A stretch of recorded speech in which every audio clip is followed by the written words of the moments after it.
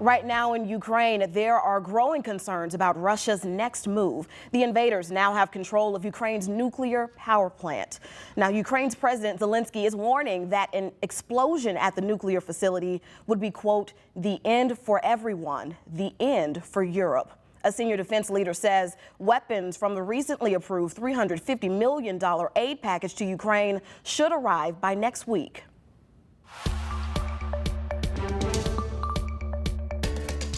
And a Hernando woman is trying to finalize an adoption of a Ukrainian boy as the country wars with Russia. The adoption, however, began well before the invasion, but the process has been hard since the pandemic hit. This weekend, this mom will travel thousands of miles to bring her son, Artem, home. Artem grew up in the Berdyansk orphanage, which is at the very bottom of Ukraine on the Sea of Azov. He was released because of his age of 16. He's been living in an apartment that I helped him get in Zaporizhia, going to school to be an electrician. I put him into college there, just trying to get him, some sort of trade in case this adoption fell through because of his age, because it is very hard to adopt them once they're 16. I paid a driver to go in to a very terrible zone, to go in to get them, to take them to a train station, to try to get them on a train to Lviv so that they could get on a bus or a train into Poland, just across the border. I actually had to argue with my son to leave where he was because the explosions were so hardcore where he was at that he was literally scared to come out of the sewer. They were hiding in the sewer.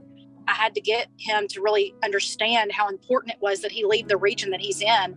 And thank goodness, because the region that he is in is the region that was attacked yesterday with the nuclear plant. These people are good people. They do not deserve what is going on. And I've been there and I know them, and I just can tell you that they're good people. These kids are good kids. And they deserve to have the same liberties and freedoms that we have. And it's unfair that they're not able to protect themselves. I wish we were doing more. I know we're doing what we can, but I know that there's more that we can do. And I hope that these children's faces and all these people's faces and all the things that people are seeing on the TV will wake us up. Artem is crying and calling me on FaceTime literally all hours of the night because of the bombs and the raids that he is hearing. My heart goes out to all the ones that cannot get out. They don't have a mom like me in the U.S. that can afford to pay $500 for them to get on a train. I hope that people continue to give and to help and to do what they can. I'm just doing a little bit of what I can do, which isn't that much, but at least, if I save those 5 lives, to me, that's something.